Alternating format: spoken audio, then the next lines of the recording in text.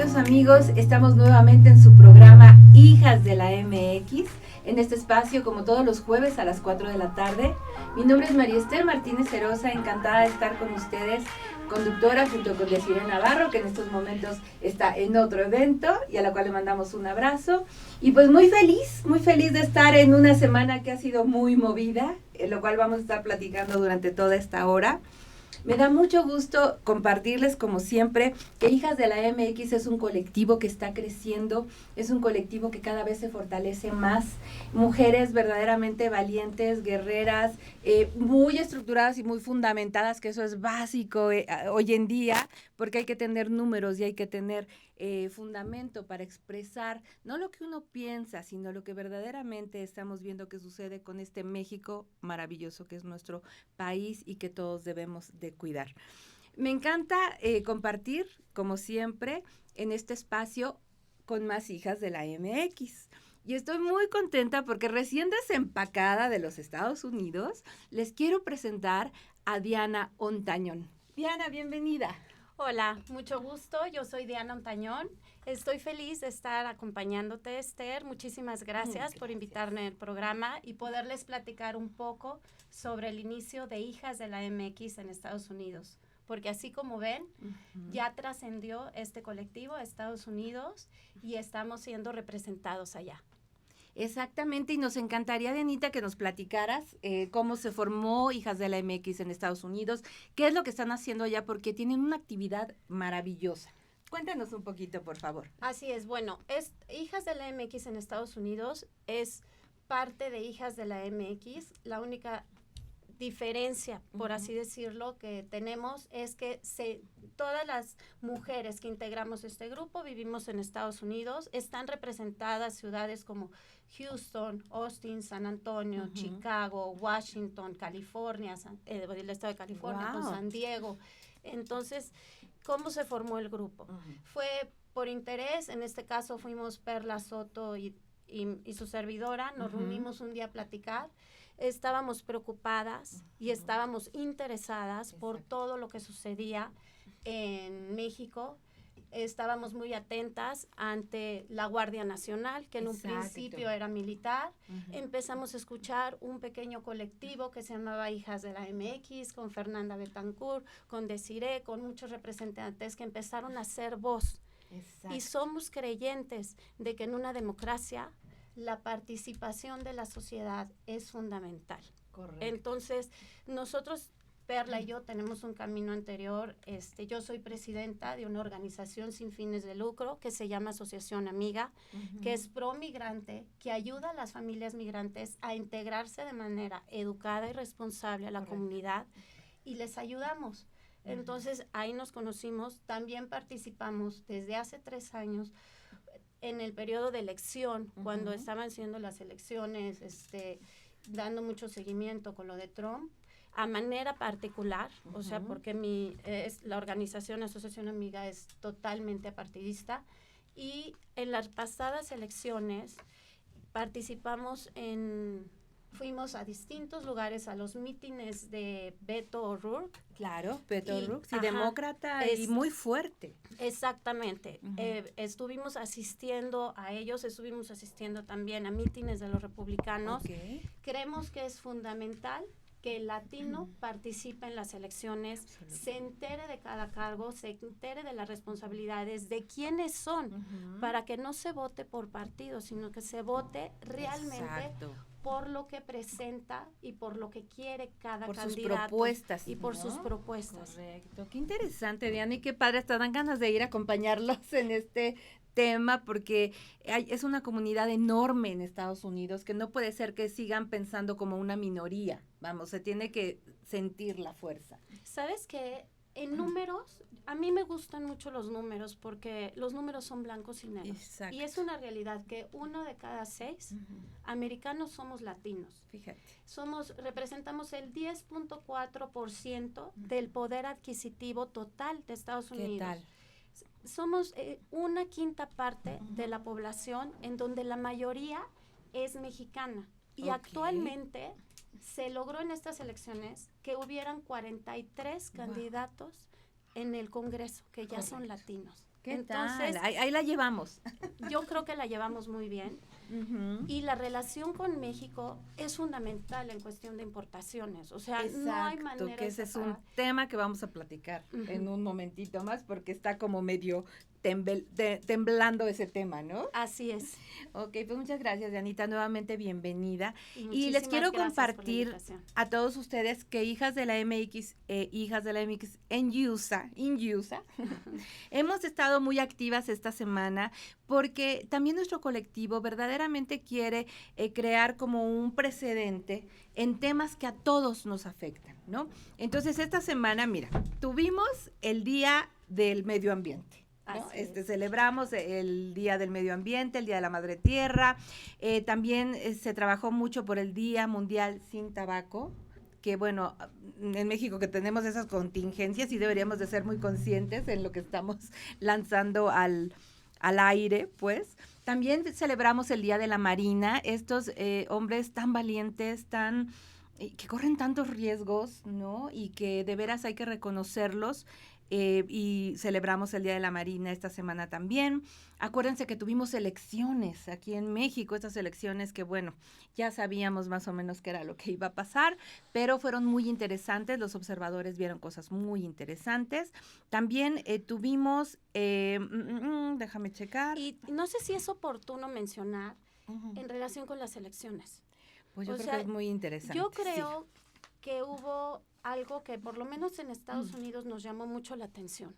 Cuéntame. Y fue el porcentaje de abstencionismo. 70% en Puebla. Exactamente. No puede ser. No, yo no entiendo con la realidad que está pasando en México, la gente por qué no participa. O sea, hay una queja constante del aumento de corrupción, de simplemente de la cantidad de muertes. La inseguridad que hay es apabullante. 1 de cada 12. Una muerte cada 12 minutos. Imagínate, ese es el porcentaje. Entonces, ¿cómo es pasa? ¿Por qué ese abstencionismo? Justamente estos colectivos, Hijas de la MX y otros que mencionaremos, se trata de hacer conciencia. Ya no podemos quedarnos esperando a que las cosas pasen, o como dijiste hace rato, Diana, no estamos preocupados, estamos ocupados. Tenemos que ocuparnos de los resultados porque tenemos en nuestras manos al hijo más querido y más preciado que es nuestro país, por Dios. Exactamente. Y la verdad es que a nosotros nos han dicho en Hijas de la MX en Estados Unidos que qué papel tenemos porque vivimos en Estados Unidos. Y creo que es importante mencionar que el que vivamos allá no nos hace ausentes y menos no preocupadas de lo que sucede en México. Es fundamental decir que compartimos un amor por México. Nuestras familias, nuestros intereses están aquí. Mucha gente que se fue a Estados Unidos fueron como consecuencia de estos problemas de inseguridad. Hay gente que partió a los Estados Unidos por secuestros, por amenazas también, gente que no encuentra trabajo en nuestro país. O sea, no es como que nos fuimos de vacaciones. Mucha gente es porque verdaderamente está buscando opciones. Ok, pues vamos a platicar rápidamente como un carrusel de las noticias que... Bueno, que esto parece como que no pasa la ola y el tsunami, ya estamos saliendo de una cuando ya tenemos otra noticia. El Día de la Leche, ¿no? También. El Día de la Leche, sí, que qué importante, porque el tema de la lactancia, bueno, tiene mucha profundidad, pero también tenemos que pensar que hay mucha gente que se dedica a esa industria, ¿no? Y que es muy importante que recordemos y que conmemoremos también el Día de la Leche. Y entre las noticias que sucedieron, mira, hay 4 noticias importantes, hay muchas, pero yo creo que entre las 4 más importantes fue la detención del líder de La Luz del Mundo, ¿no? Esto que pegó terriblemente porque se acababa de hacer una conmemoración que dicen que no, que fue un...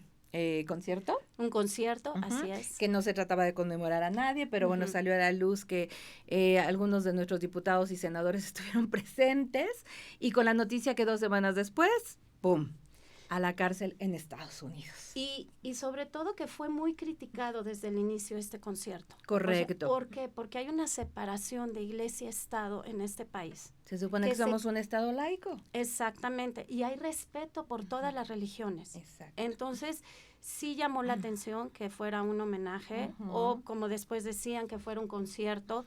en Bellas Artes. Yo creo que en política no hay casualidades, ¿no? Y o haces bien las cosas y sigues protocolos o haces cosas buenas que parecen malas y siempre se da mucho de qué hablar cuando no seguimos los protocolos. Exactamente.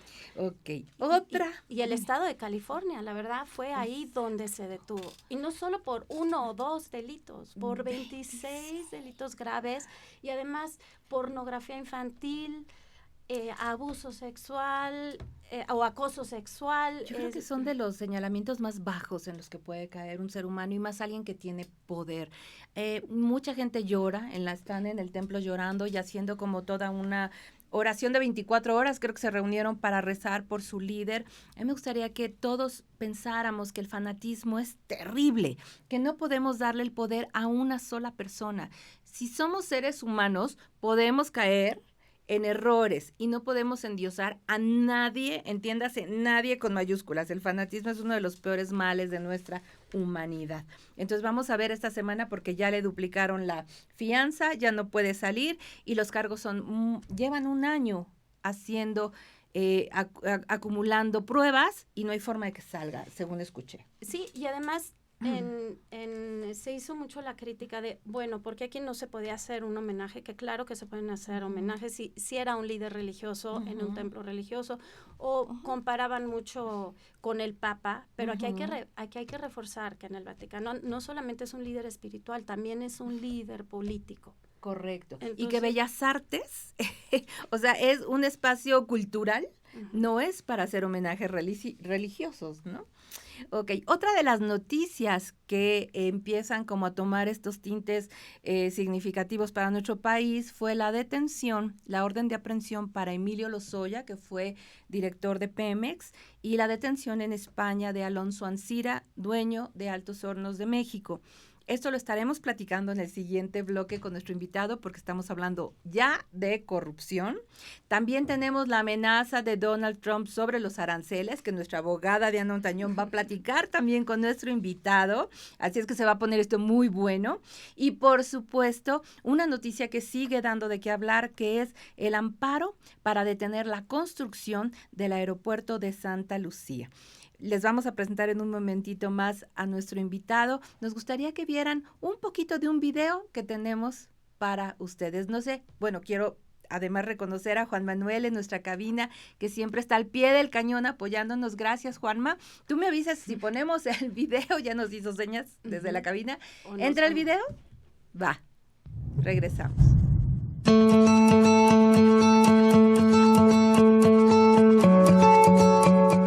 El nuevo Aeropuerto Internacional de México es la mega obra de infraestructura más importante de nuestra época. Se encuentra entre los 5 primeros aeropuertos del mundo en términos de extensión de terreno y es el segundo más grande en construcción después del de Turquía.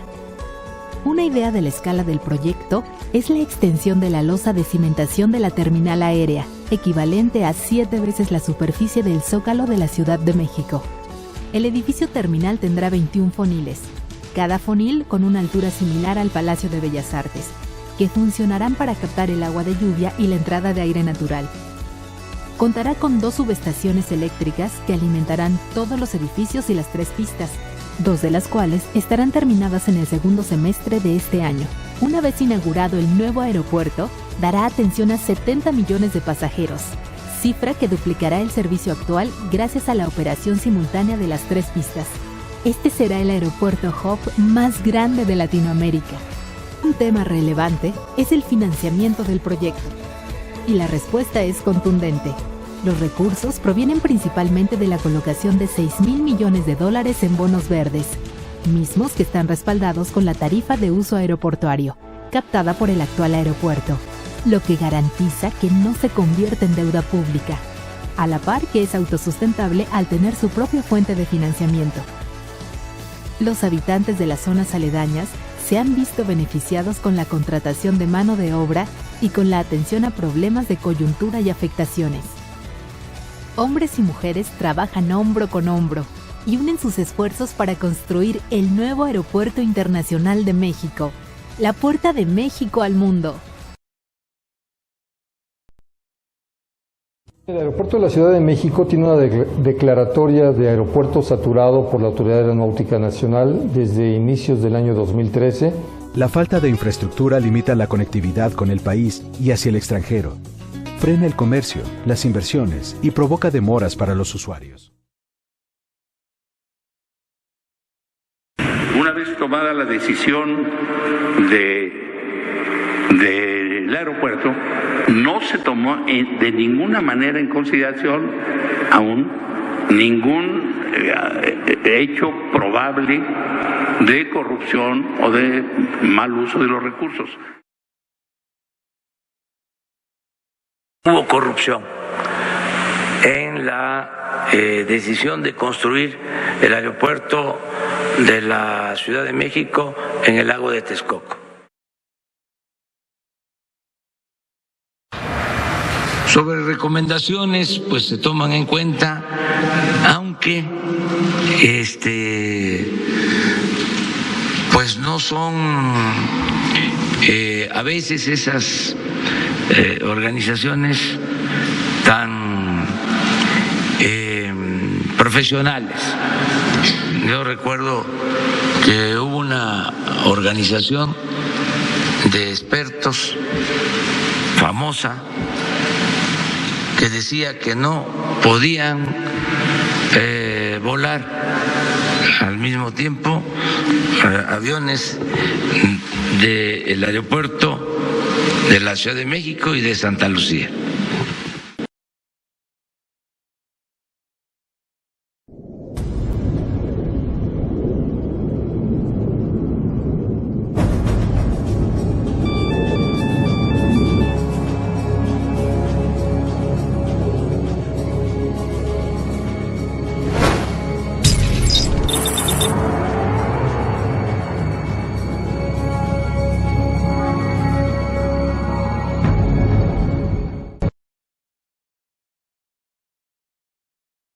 Le hago la misma pregunta, abogado, ahora que conocemos este comunicado por parte de la Presidencia de la República. Buenas noches, abogado. Muy buenas noches, Azucena. Pues mira, categóricamente subrayo y punto por punto vuelvo a afirmar, no se realizó una consulta libre, previa e informada a los pueblos de la región de Santa Lucía, porque los 12 pueblos originarios de Tecámac, 5 de Zumpango y otros 2 de Nextlalpan están siendo omitidos en el planteamiento que también acabamos de conocer de la Presidencia de la República.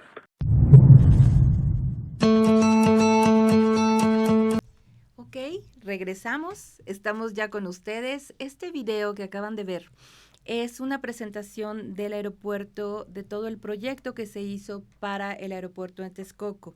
Este es un tema que aparentemente está muerto, pero parece que le están dando como masajes en el corazón para que se recupere. Y esto me da paso para presentar a nuestro invitado. Tenemos el día de hoy a Miguel Alfonso Mesa, que es abogado del ITAM y es miembro del Despacho de Investigación y Litigio Estratégico, cuyas siglas son DILE, que forma parte de Mexicanos contra la Corrupción y la Impunidad.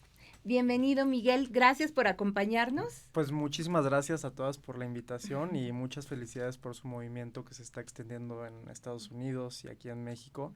Quería decir que es muy importante que se hagan movimientos así desde la sociedad y sobre todo, me parece que es un movimiento orgánico. Digo, yo no he visto, siempre es bueno dudar, pero por lo que veo pues son ciudadanas, no es ningún partido político, nadie que lo esté impulsando desde atrás con un interés en particular. Y sobre todo me gusta y celebro mucho que sean en su mayoría mujeres, casi todas. Solo hay un hombre. Solo hay un hombre, por lo que me han dicho. Y es muy importante, que se articulen movimientos así. 2, que estén teniendo poder en redes sociales y cada vez más en otros medios y también en las calles de México y de otros países, que también articulen demandas hacia nuestros políticos, hacia lo que se quiere, porque pues siempre hay personas que quieren iniciar algo y que no saben cómo hacerlo, y seguro a ustedes les pasó hace años que seguramente están indignadas y no podían tomar una causa, y bueno, pues ahora pueden posicionar los temas que creen que son correctos, ¿no? Entonces celebró mucho eso y celebró que sobre todo sea un movimiento liderado por mujeres, que hace tanta falta todavía abrir espacios en la esfera política y en la esfera privada para que las mujeres lideren. Correcto, y es bueno ahorita porque acabamos de recibir un mensaje de una persona que dice que hablamos mucho de Calderón y que Calderón, yo el otro día lo vi en un evento y le dije, oiga, a mí no me ha llegado mi cheque, ¿eh? Entonces, quiero decirles, a ti tampoco. Quiero decirles que aquí hay mujeres que salieron de partidos priistas, tenemos perredistas también. Por supuesto hay gente panista, hay gente que se está uniendo a otros grupos, hay muchas apartidistas. Lo que sí es real es que somos mujeres que no queremos sentarnos en la casa esperando a ver que las cosas sucedan. Necesitamos levantar la voz y pues qué padre que tú desde donde lo ves te das cuenta que efectivamente todas tenemos cara, rostro, nombre y foto y no somos bots. Y bueno, ya escucharán más de nosotras más adelante. Pero cuéntanos porque me interesa mucho que nos platiques. Toda esta asociación civil que es Mexicanos contra la Corrupción y la Impunidad, porque la gente pensaría, ay, se formó ahora en contra de la Cuarta T. No, fíjense que no. Resulta que ahorita nos va a platicar Miguel. Vamos a ir a un breve momento, a un breve espacio. Ay, ya sonó a canción, ¿verdad? Y regresamos para que Miguel nos platique qué es Mexicanos contra la Corrupción y la Impunidad. Así que no se despeguen, regresamos en un momentito.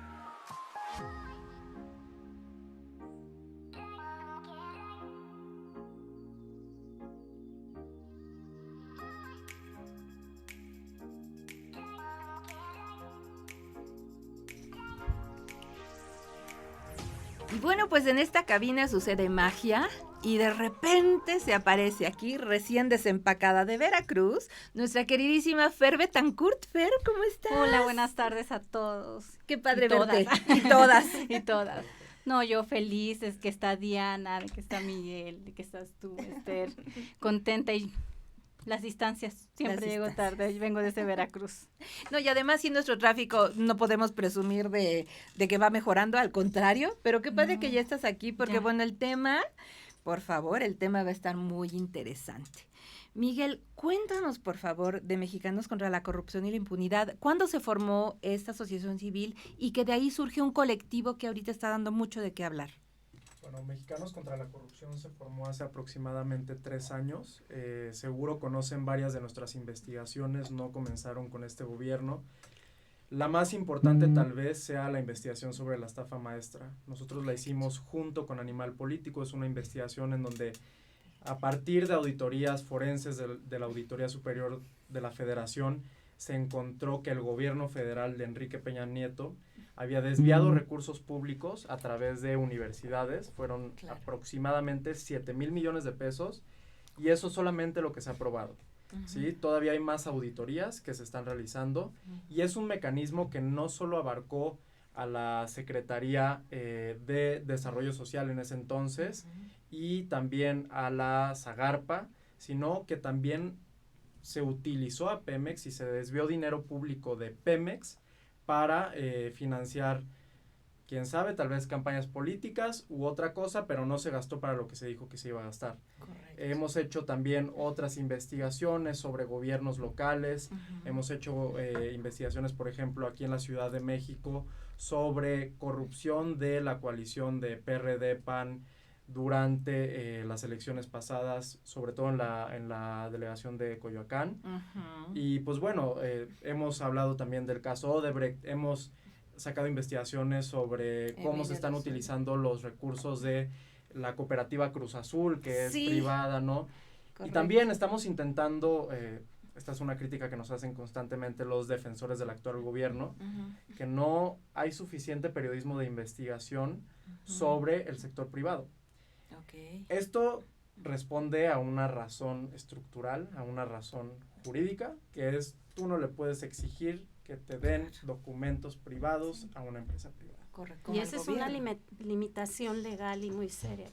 Claro. No es que se esté solapando, no es que no se quiera perseguir, sino simplemente... Sí, pero sin embargo, pues ahí estamos haciendo la lucha, como les comentaba, estamos haciendo el de Cruz Azul, hicimos también uno de Yusa, que eran unos medidores eléctricos que se estaban monopolizando, estaban a sobreprecio, lo denunciamos ante la COFESE, en fin, son muchísimos casos y bueno, los que empiezan con el nuevo gobierno porque resulta ser que ahora ellos controlan la mayoría de los recursos públicos. Claro.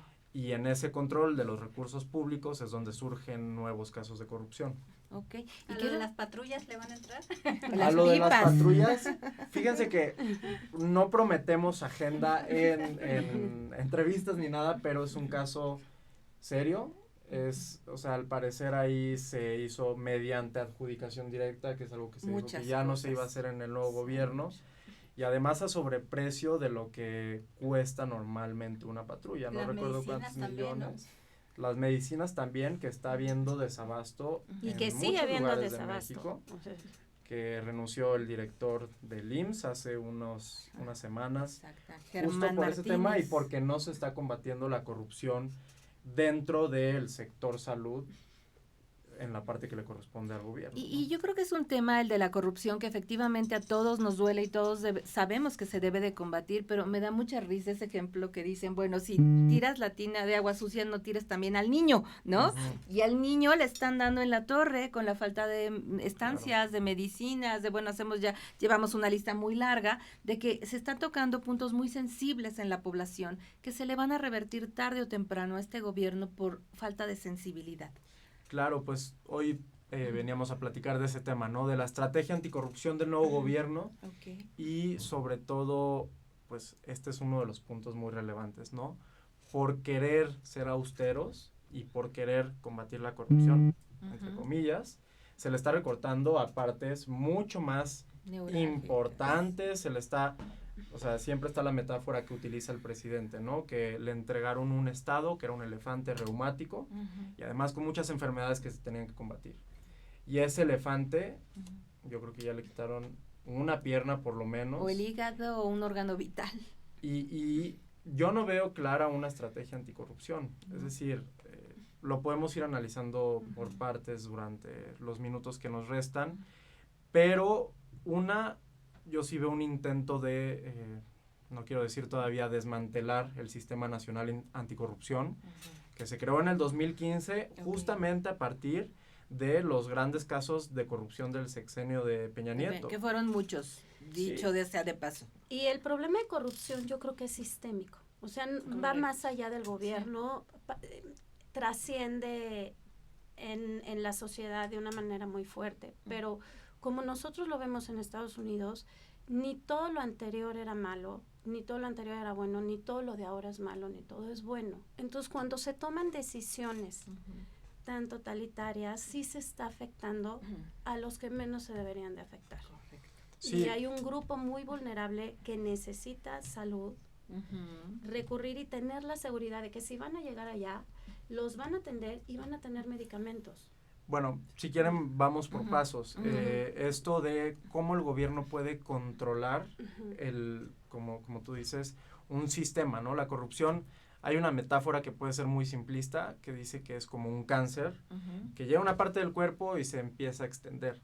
Hay otra que es todavía, me gusta más, que la corrupción es como un fractal. Un fractal son estas estructuras, como un caracol que se replica y se replica y se replica más chiquito, ¿no? Y la corrupción es así, desde los más grandes niveles están aliados, permea los dirigentes políticos y económicos de primer nivel, pero luego se replica en el nivel de más abajo y de más abajo y de más abajo hasta que llega al nivel en donde te piden una mordida para hacer un trámite burocrático. Y tú la das, o sea, y nosotros contribuimos, porque por ejemplo, si te la piden, o muchas veces como ciudadanos llegamos a una institución y se nos hace más fácil dar 200 pesos, 100 pesos y que el trámite sea rápido a esperar. Y exactamente, es una cultura, ¿no? Es una cultura que también en nosotros está erradicar. Y curiosamente hay un comportamiento distinto de los mexicanos a veces en Estados Unidos, porque lo que hacen aquí no lo hacen allá. Sí. O sea, ni de casualidad, pero ¿sabes por qué, Diana? Porque ahí tienen miedo que allá las leyes sí se cumplen. No hay impunidad. Aquí no hubieran agarrado al de la luz del mundo jamás. O sea, sobre sus dos comentarios, una, esto de que tenemos que dar mordidas, tanto en el nivel micro como el que quiere conseguir la adjudicación directa y tiene que financiar con millones de pesos una campaña política. Por eso se habla de que la corrupción tiene un costo. No es cierto que engrasa la maquinaria, no es cierto que es un facilitador de trámites. Es dinero que se está pagando por servicios públicos que deberían ser gratuitos o deberían pagarse precios legales, y que esos precios legales al final contribuyen a que la corrupción, a que el sistema funcione correctamente y a que se recaude para financiar esos servicios legales, ¿no? Correcto, ok. Sí. Y ahora, ¿qué es lo que está pasando ahora con el tema del aeropuerto? Por ejemplo, hemos visto muchas entrevistas. Ayer escuchaba en un programa que decían, eso está muerto más que muerto y ya no hay forma de revivirlo. Pero después escuchas lo de los amparos y dices, a lo mejor sí. Y yo veo que hay 147 amparos que se han solicitado, que ya se autorizó uno. Y lo que más me gustó es que esos 147 amparos vienen de distintos grupos de la sociedad. Claro, este movimiento, yo no soy el vocero oficial es Gerardo Carrasco, director de litigio de Mexicanos contra la Corrupción, y Luisa Sali. Sin embargo, les platico un poquito. Son organizaciones de la sociedad civil. Aquí sí, ninguno está afiliado a ningún partido político y no recibimos recursos de ninguno de ellos. Pro bono. De hecho, eso es lo interesante. Todos estos despachos, muchos de ellos ya colaboraban con Mexicanos contra la Corrupción antes, de forma pro bono. Por ejemplo, el año pasado promovimos a cerca de 70 denuncias penales y administrativas en contra de desvíos de recursos y otros hechos de corrupción. Y aquí muchos despachos se metieron a ayudarnos y ellos se echaron 2 un despacho, 2 otro, ¿no? Entonces, son personas que no están cobrando por hacer estos amparos. El colectivo... ¿Tú dirías que tu colectivo es netamente de abogados? No. Pues no, sí, porque hay temas muy técnicos, como temas ambientales, temas de aeronáutica, que sí tuvimos que solicitar alguna asesoría. Digo, ahorita no es pública la demanda de amparo, pero si tú la ves y lees las primeras 100 páginas, es nada más un desarrollo de todo lo que ha sucedido, de todos los estudios fácticos de instituciones respetables como es Mitre, por ejemplo, que se ha dedicado a esto toda la vida, en los cuales se demuestra la inviabilidad del nuevo aeropuerto y la viabilidad 100% comprobada del aeropuerto anterior y también de la forma en cómo estaba siendo financiada, ¿no? Había incluso bonos de gente que invirtió en Estados Unidos que se tienen que pagar por la cancelación. No, que ya pagamos más dinero del que pensábamos que se iba a perder. Y además esto es muy importante. Mitre es como una empresa que ha estado al pendiente de los aeropuertos más importantes del mundo. Claro, y no solo eso, a mí leyendo su informe me impresionó mucho algo, ellos diciendo, pues un poco para demostrar lo ridículo de que el nuevo gobierno los descalificara, porque como a todo crítico lo descalifican, ¿no? Pero ellos dicen, nosotros hicimos, tal vez les miento con el dato exacto, pero nosotros hicimos el radar, o nosotros hicimos, no sé, un sistema tecnológico que todos utilizamos hoy en día, que fue un invento que revolucionó a la humanidad, y que ellos tienen la autoridad profesional y académica para decir, nosotros hicimos esto que fue tan importante. O sea, no nos puedes descalificar de plumas. Y eso fue en 1960. Y no recibimos recursos públicos. Desde 1900, cuando haya sido creado Mitre, no recuerdo, pues no es una organización con fines de lucro, es de investigación, coadyuva con gobiernos para construir aeropuertos, etcétera. Correcto. Pero digo, nada más para dejarle algo claro a la audiencia en este momento, lo que conseguimos en ese único amparo fue que se suspendiera la construcción del aeropuerto de Santa Lucía hasta en tanto no se contara con los estudios medioambientales, con la MIA, que le llaman, ¿sí? Hasta que no cuenten con eso, no pueden proseguir con la construcción del nuevo aeropuerto. No pueden poner ni una piedra. No pueden quitar un árbol, pero tampoco pueden arrastrar el lápiz y seguir desarrollando el proyecto. Nada, y tal ni vez planeación, tienen que pararlo estrategia. porque se gastan recursos públicos ahí.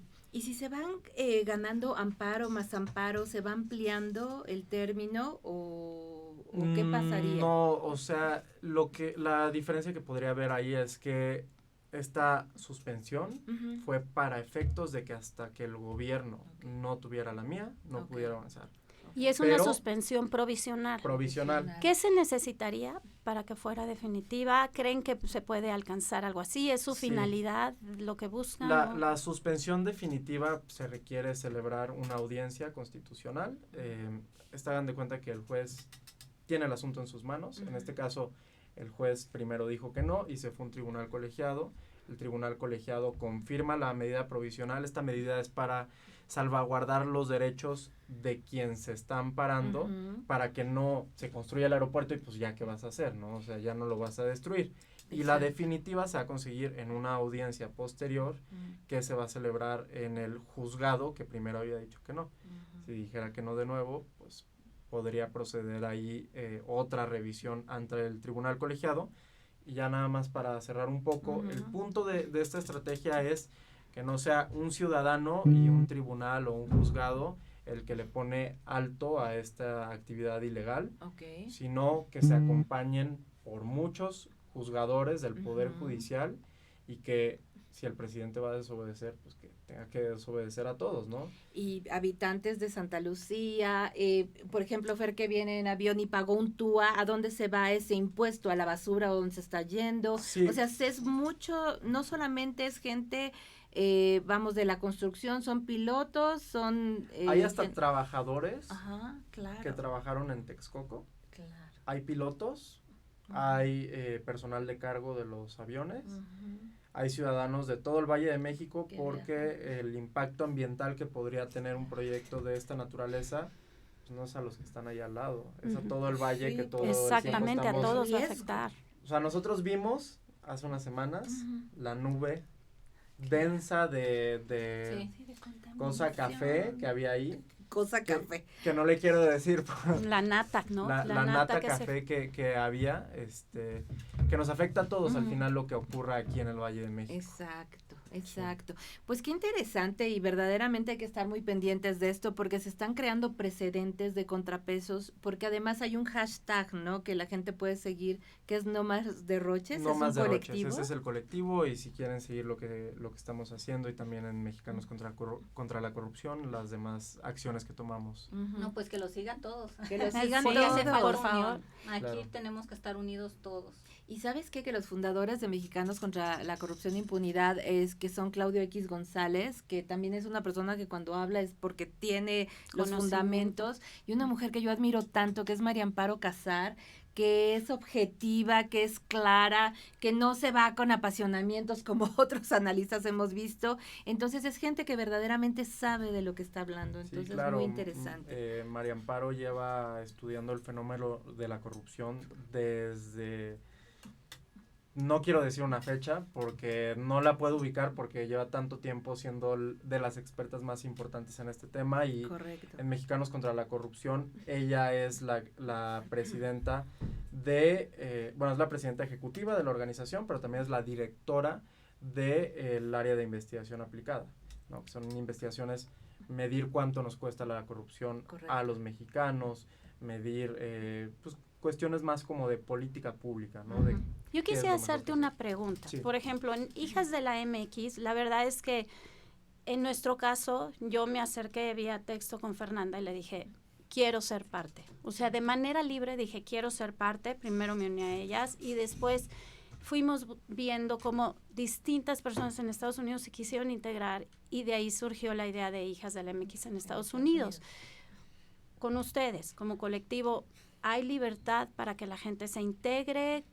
¿Cómo, Claro. ¿Qué pueden hacer o nada más tienen seguidores? Pues miren, nosotros tenemos una oficina y estamos ahí todos los días de la semana y le dedicamos tiempo completo, ¿no? No pienso en ninguna persona que esté chambeando y venga a hacer esto por gusto, además de los despachos que son pro bono, ¿no? Claro.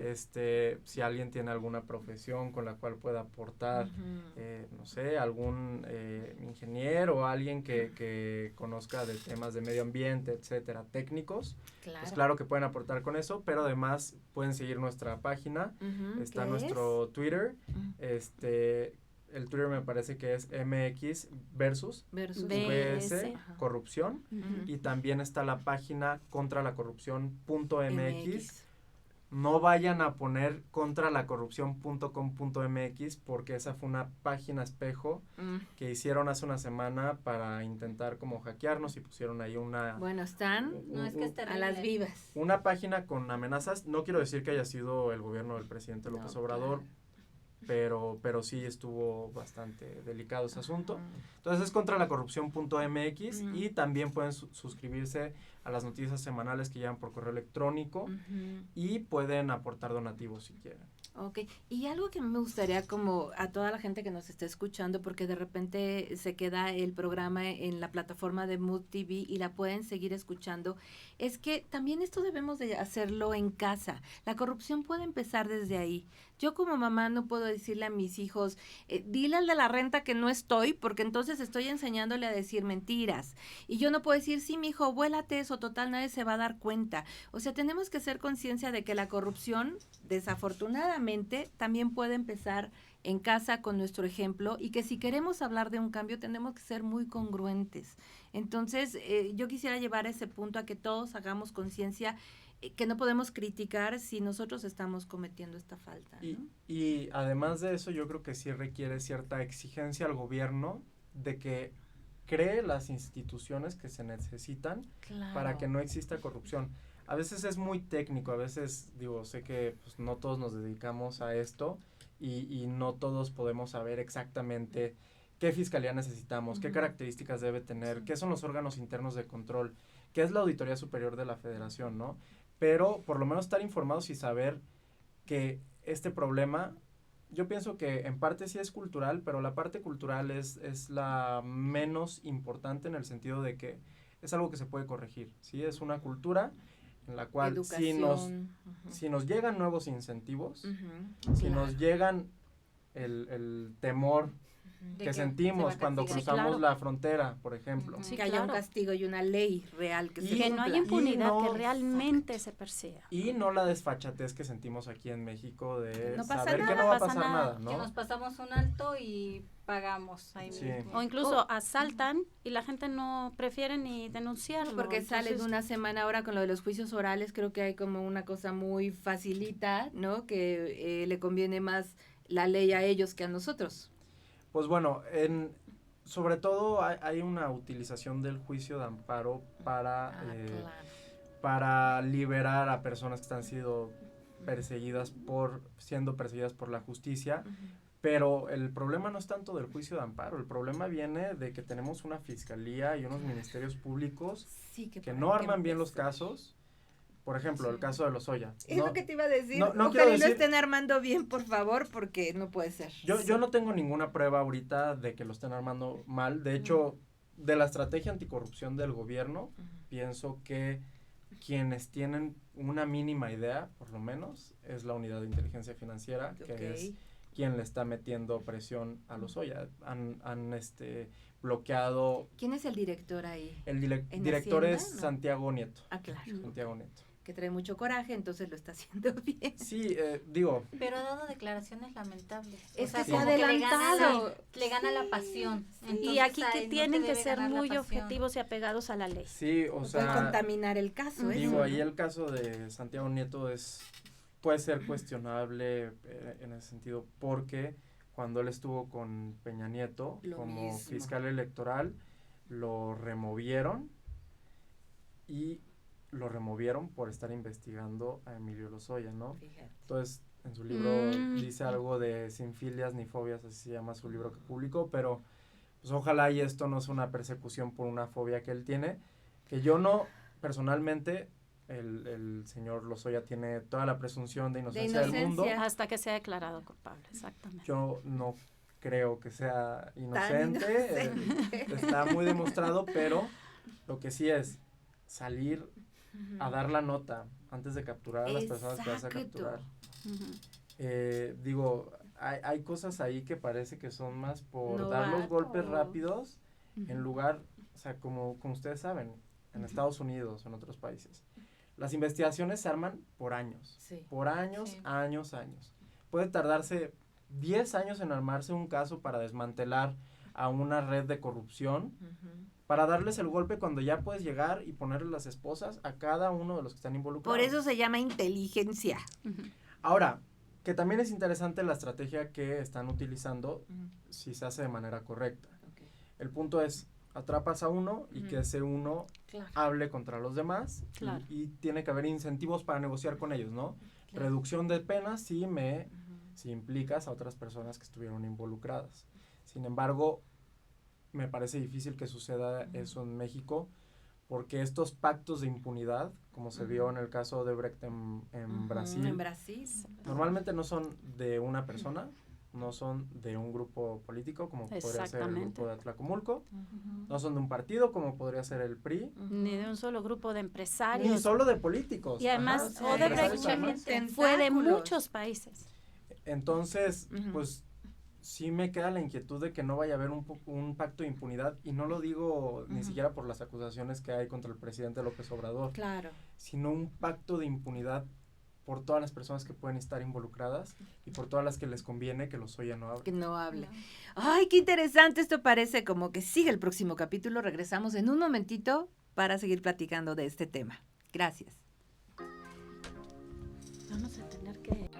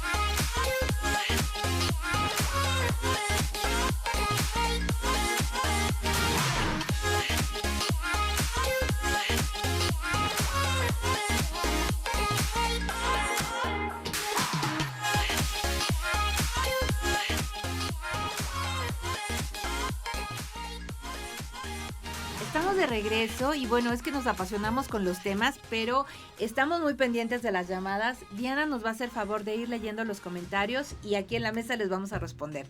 De manera rápida, muchísimas gracias por sus saludos. Los estoy leyendo. Jaime, Angie, Carla, Aurora, todas mis hijas de la MX en Estados Unidos, que ya somos más de 25. Wow, muchísimas padrísimo. gracias por sus saludos, por su participación. Y yo quisiera hacer 3 preguntas rápidas que me están haciendo. La primera es, ¿para cuándo creen haya respuesta de los amparos pendientes?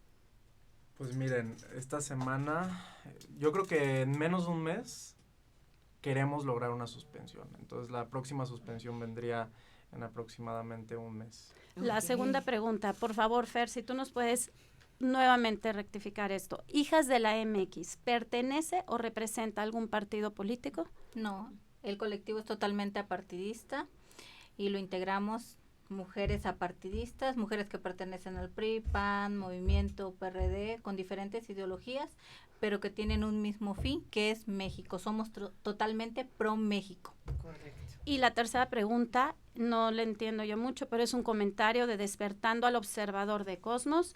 No responden a los chats, al igual de un gobierno mal dirigido que no escucha al pueblo.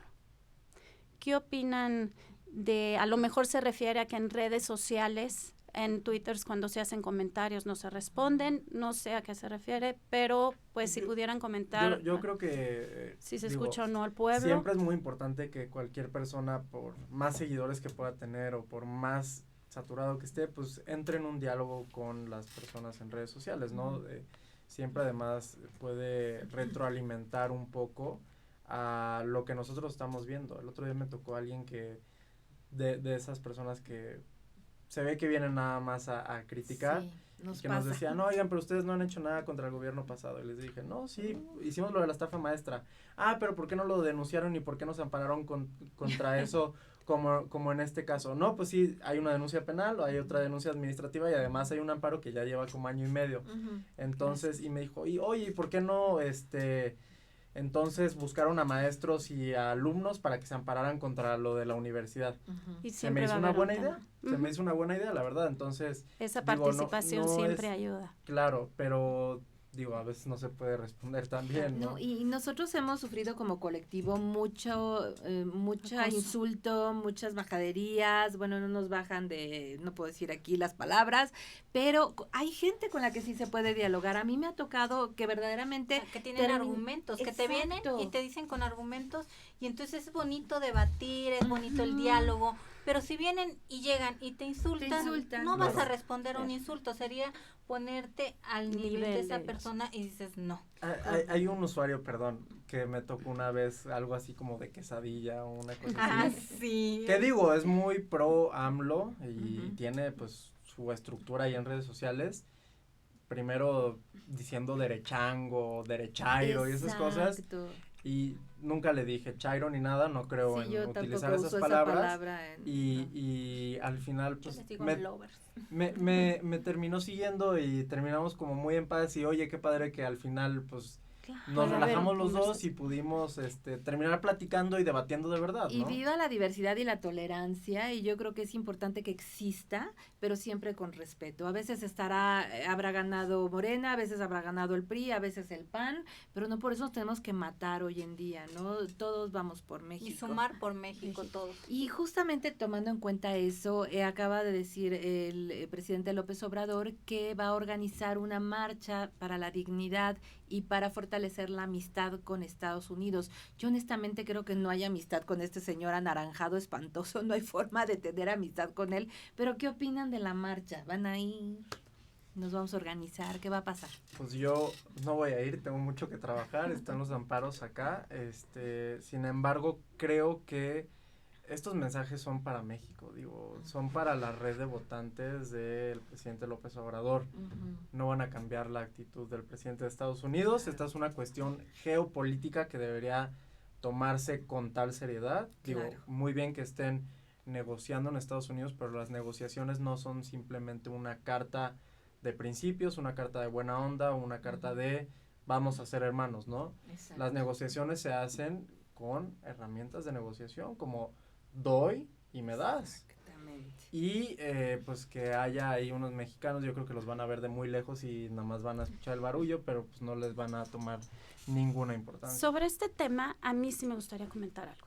Ante la política antimigrante de Trump, la verdad es que la decisión que tomó de subir los aranceles, pues son peras con manzanas. O sea, el subir los aranceles no va a mejorar la política migratoria. Y el meeting no va a resolver el problema de los aranceles. Correcto. Entonces son temas totalmente separados y lo único que sí se está olvidando es que cada día tenemos 4.286 personas que llegan a la frontera solicitando refugios. La situación de la frontera en Texas con Laredo ya no alcanzan los refugios, está militarizada y sí se tiene que resolver ese tema y sí se tiene que ocupar. Entonces, pues yo creo que va a ser un tema que van a tener que tocar pronto en el programa, la migración, porque es un tema que, esto de los aranceles yo creo que es un golpe en la mesa de Donald Trump, no le conviene a él tampoco pero hacer es político, esto, le reditúa en campaña. Correcto. Oigan, bueno, pues yo quiero a todos los que nos escucharon el día de hoy darles las gracias a Diana. Al que contrario, de verdad gracias, un placer. Mi Fer, recién desempacada de Veracruz, y muchas gracias por estar con nosotros. Síganos en nuestras redes, miren, Instagram, Twitter, Facebook, todas las redes aparecemos, @MWODDTV, Mood TV, en donde pueden ver el programa y las repeticiones. Síganos también en Twitter y en Facebook, @hijasdelamx y @hijasdelamx en USA. Van a seguir todo lo que platicamos aquí. Yo me comprometo a darle seguimiento a las preguntas a las que no pudimos responder, con mucho gusto, para que no digan que no les respondemos. Y bueno, pues no se pierdan el próximo jueves a las 4 con un invitado especial que ya daremos a conocer cerca del jueves. Un abrazo a todas las hijas de la MX que en un ratito nos vamos a reunir, y un beso a Desiree Navarro desde aquí, la conductora principal de este programa. Que tengan buen día. Gracias, Juanma. Gracias, Mood TV. Un honor estar aquí. Muchas gracias por la invitación. Gracias. Que tengan buena tarde.